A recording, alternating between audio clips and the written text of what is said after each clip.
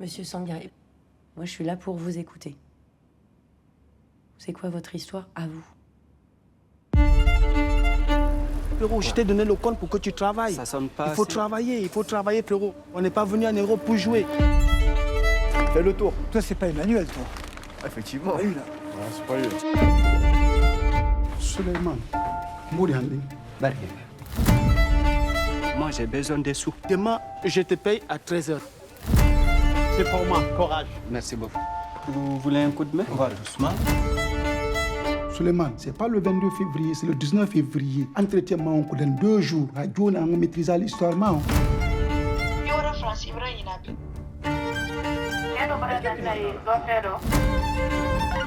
y a un problème avec le code là. Mon ami, tu es toujours encore.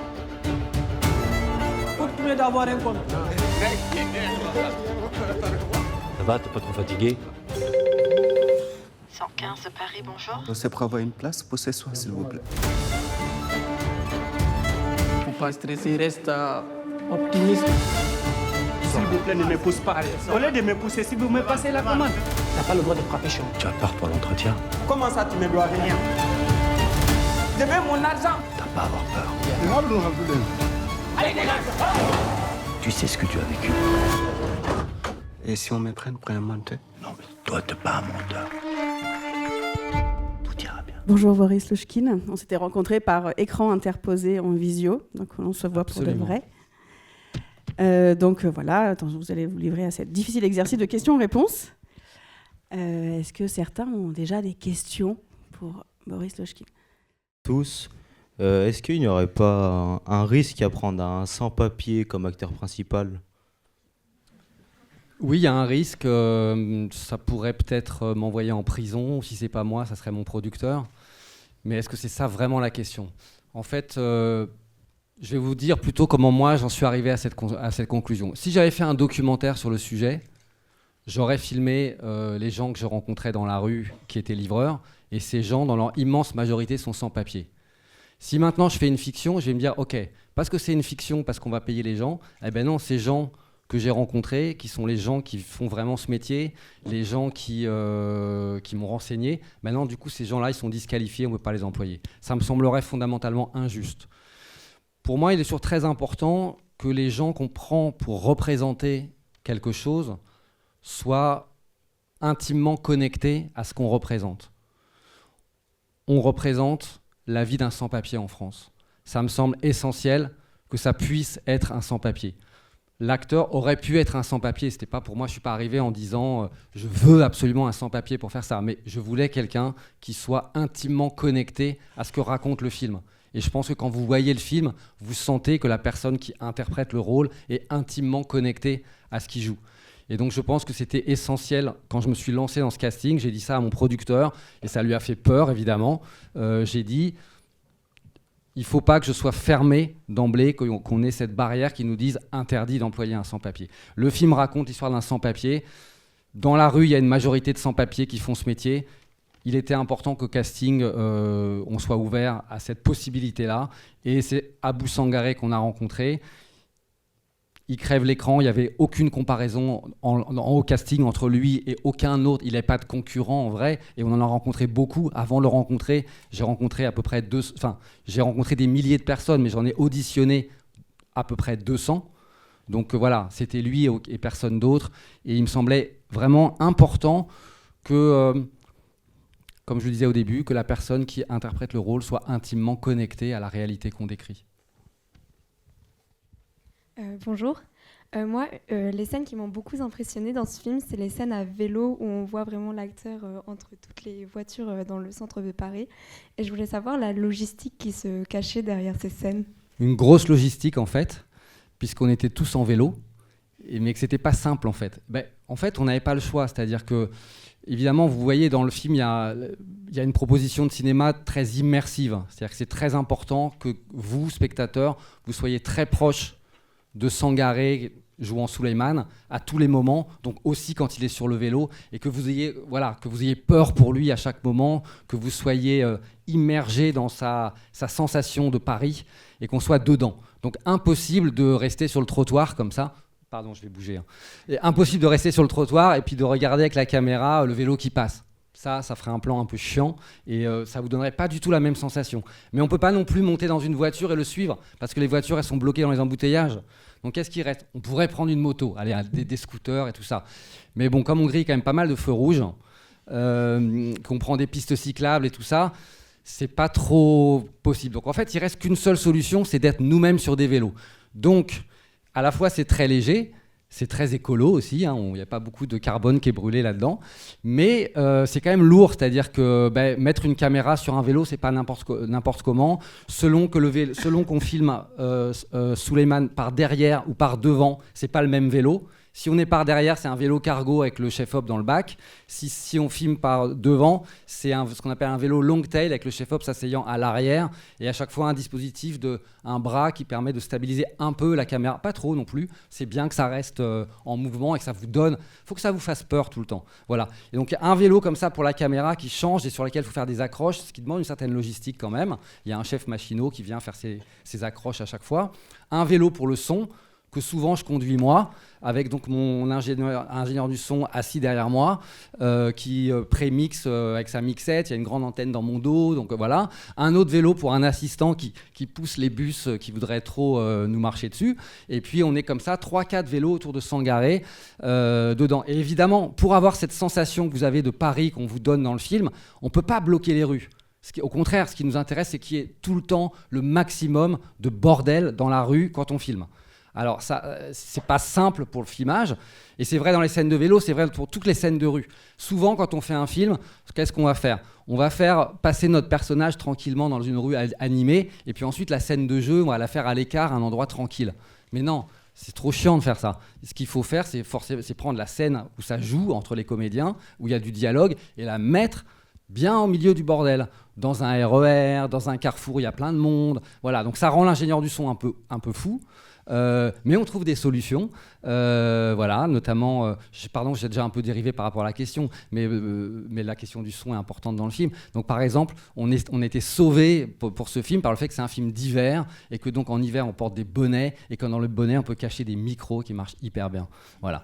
Bon, j'ai un peu dérivé, mais donc oui, donc dispositif à la fois très léger et en même temps un peu étudié. On a beaucoup réfléchi sur comment filmer le vélo pour vous donner le sentiment de la vitesse, parce que parfois vous filmez quelqu'un qui va vite, mais à l'image, ça ne rend pas cette sensation de vitesse. Et là, il faut que vous ayez peur tout le temps. Il faut que vous soyez accroché à votre siège, sinon le film il est raté.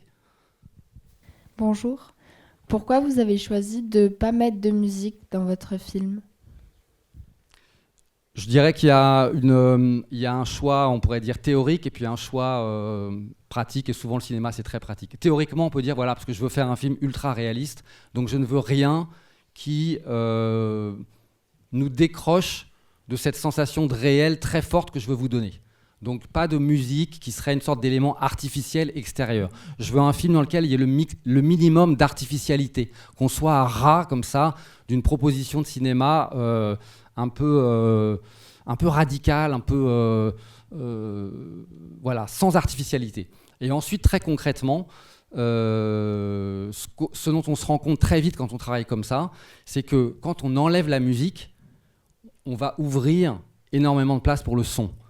Parce que souvent, sinon, dans les films, les espaces dans les films qui sont un peu calmes, les espaces où il n'y a pas de dialogue, ou les espaces un peu plus contemplatifs, tout de suite, il y a de la musique. Donc il y a peu de moments en fait, où vous allez écouter le son du film, parce que soit vous êtes dans le dialogue, soit vous êtes dans la musique. Et là, en enlevant la musique, tout d'un coup, il n'y a rien d'autre que le son. Donc enlever la musique permet de traiter la bande sonore du film, c'est-à-dire les ambiances sonores du film, presque comme une partition musicale. Donc il y a un côté symphonie pour klaxon et sirène dans Paris.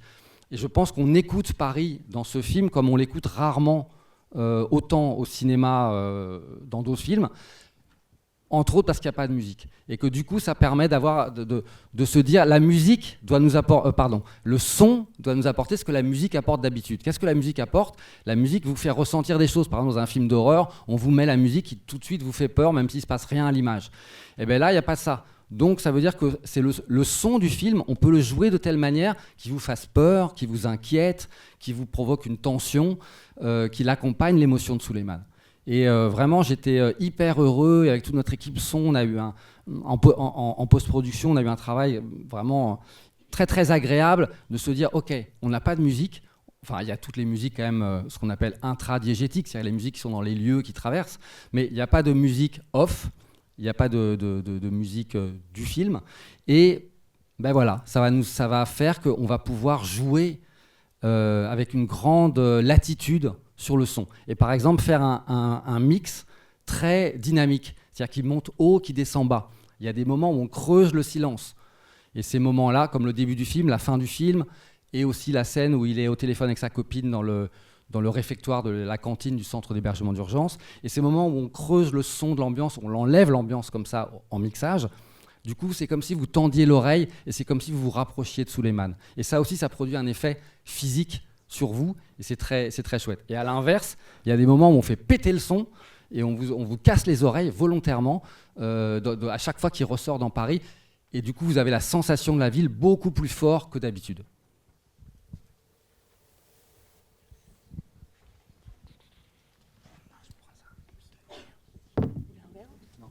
Bonjour. J'aimerais savoir le parcours que vous avez réalisé pour devenir réalisateur. Alors, moi, j'ai jamais appris le cinéma, c'est-à-dire que avant, dans une vie antérieure, j'ai été prof de philo. Enfin, j'étais très peu prof, en fait, mais j'ai fait des études de philo. J'ai commencé à enseigner à la fac pendant que je faisais ma thèse. Et quand j'ai fini ma thèse, j'ai décidé de changer de vie. Et donc... mais j'ai quitté l'éducation nationale, l'enseignement, l'université, la philosophie, j'ai quitté tout ça d'un coup. Non pas en me disant je quitte ça pour faire du cinéma, mais j'ai quitté ça parce que j'étais pas content de ma vie. J'étais pas content de cette carrière qui s'offrait à moi. Je sais pas, il y a quelque chose là-dedans qui me satisfaisait pas. Donc j'ai coupé ça et puis après je me suis retrouvé dans un grand vide et je me suis dit ok, maintenant quoi ? Et là j'ai eu envie de faire du film documentaire en fait. C'est-à-dire que moi qui avais vécu pendant une douzaine d'années à faire de la philosophie, donc beaucoup dans les livres, je me suis dit j'ai envie d'aller dans le monde en fait. J'ai envie de sortir de chez moi, d'aller dans le monde. Et il se trouve que j'avais vécu au Vietnam précédemment, que je parlais assez bien vietnamien. Et donc je suis parti au Vietnam faire un premier puis un deuxième film documentaire et j'ai appris vraiment sur le tas. C'est-à-dire que j'ai fait des films en économie extrêmement petite et avec des équipes aussi très réduites. C'est-à-dire que c'est des films qu'on tournait à deux. Donc moi, je réalisais, je faisais l'image. Et il y avait un Vietnamien qui travaillait avec moi et qui faisait le son. Donc je faisais quand même pas mal de choses sur mon film. Et j'ai appris en faisant, en fait. Et c'est très agréable. Enfin, je trouve ça super d'apprendre par le documentaire parce que dans le documentaire, on se confronte au cinéma de manière très concrète.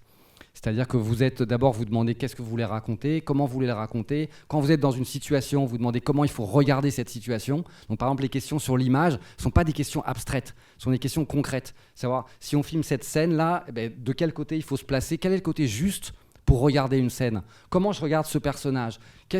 Voilà, c'est que des questions comme ça, très, très simples. Mais au fond, les vraies questions du cinéma, c'est savoir qu'est-ce qu'on regarde, pourquoi on le regarde, comment on le regarde.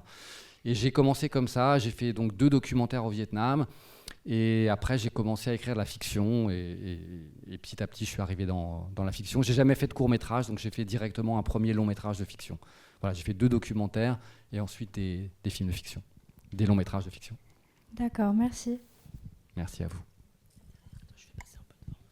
Je parle vite parce que j'ai l'impression qu'on a très peu de temps et je vois plein de mains. Donc je suis un peu speed là. Il y aura des frustrés forcément, mais on va essayer d'en avoir le moins possible. Bonjour. Pourquoi avoir décidé de le laisser une fin ouverte après l'entretien ? C'est la seule fin possible, franchement. Je pense qu'une des choses qui m'a influencé, c'est que mon premier film, pardon, je vais le spoiler, il s'appelle Hope.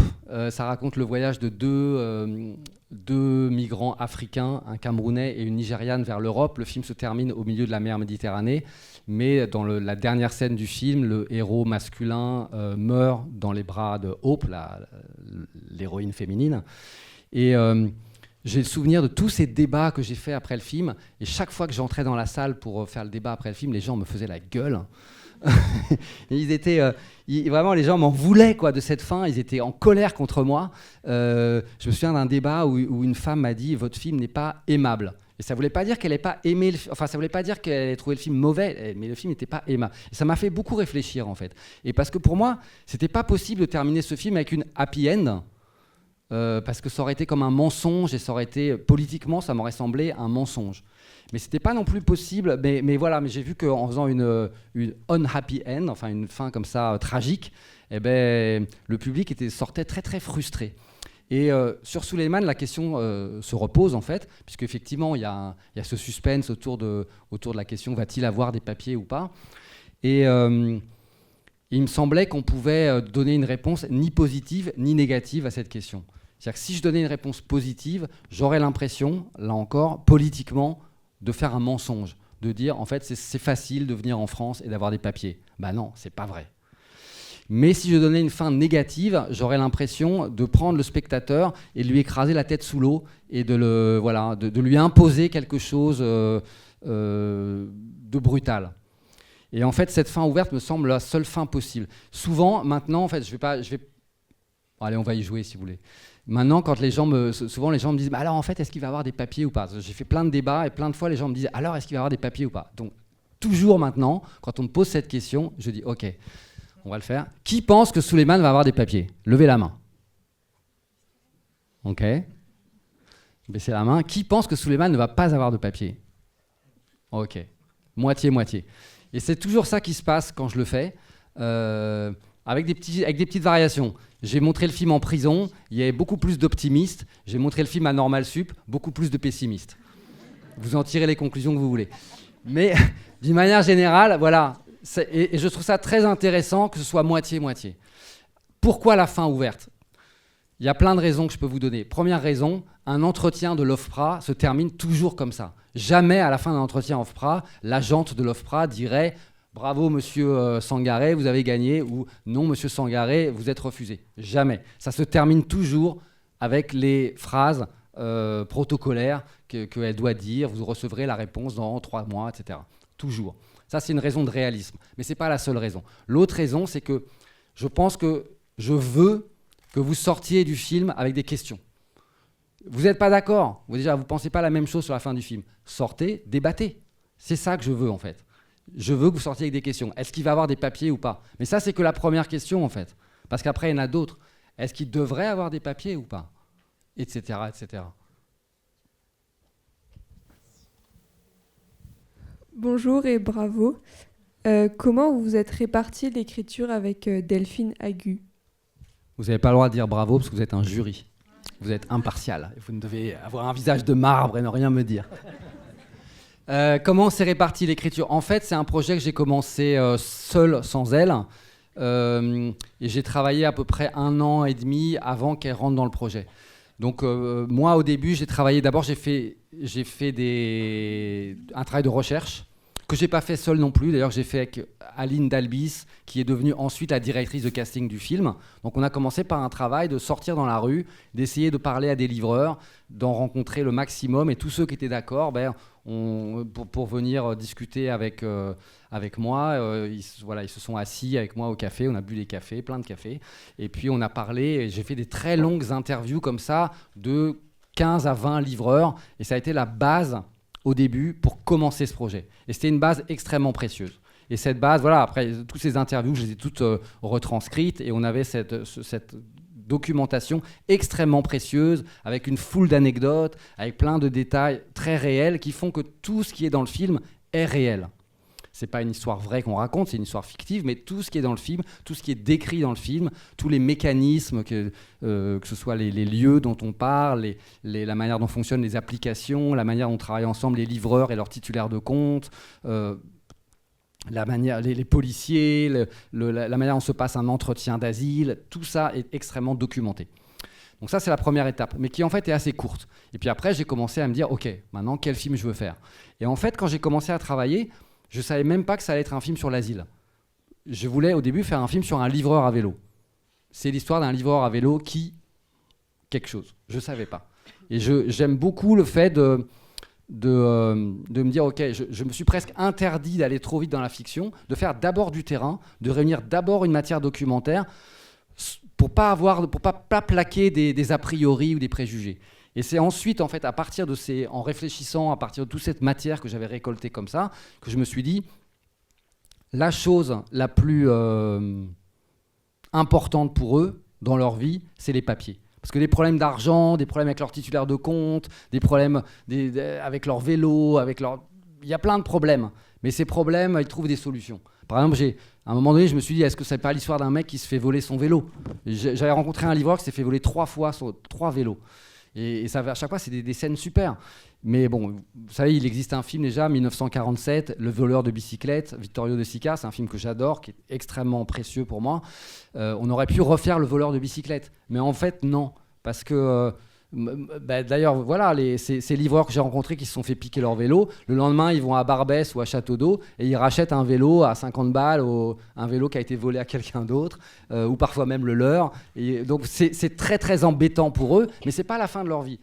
Au contraire, ils m'ont dit, l'entretien, c'est le jour qui peut changer toute ta vie. Parce qu'entre quelqu'un qui a des papiers et quelqu'un qui n'a pas de papiers, c'est que vous changez de classe sociale et vous changez presque de monde.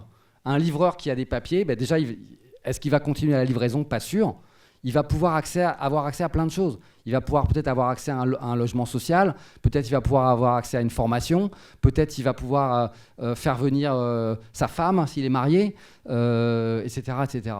Sa vie change du tout au tout.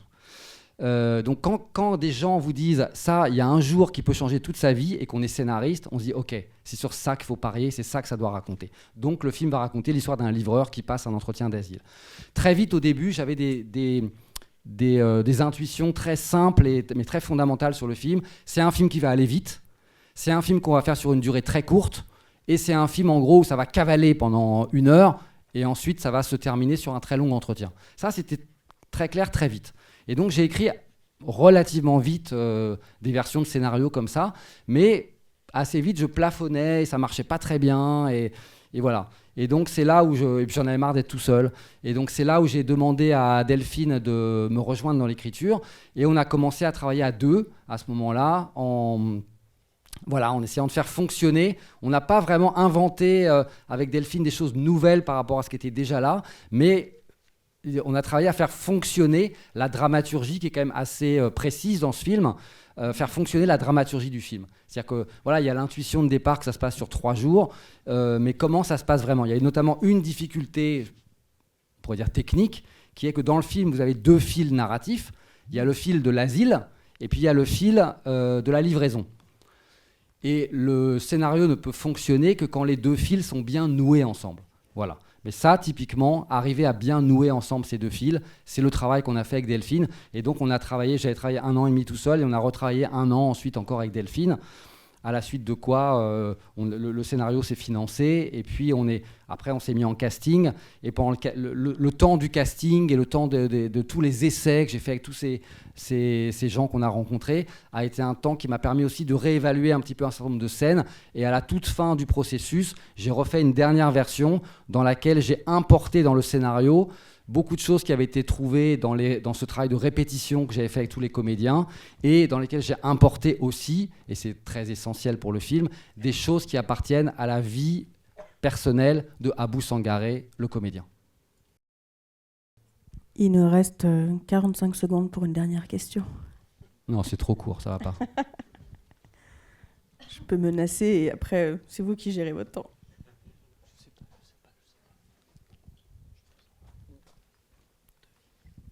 Bonjour, je voulais savoir, après le succès de ce film, est-ce que vous avez prévu peut-être des futures collaborations avec Abou Sangaré ou pas tout de suite ?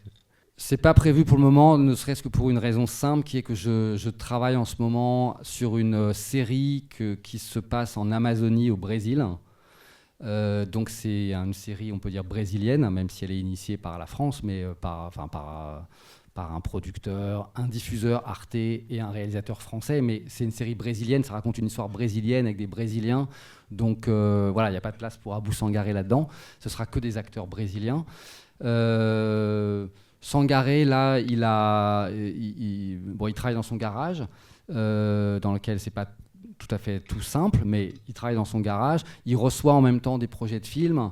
Il y a 3 scénarios sur lesquels il a donné son accord et qui sont en cours de financement et j'espère beaucoup que l'année prochaine, il va tourner ses films. Donc qu'il y aura une suite pour lui au cinéma. Et moi, je suis très impatient de le voir dirigé par d'autres gens, dans d'autres histoires, dans d'autres films. Merci. Merci beaucoup. On va devoir s'arrêter là. Merci.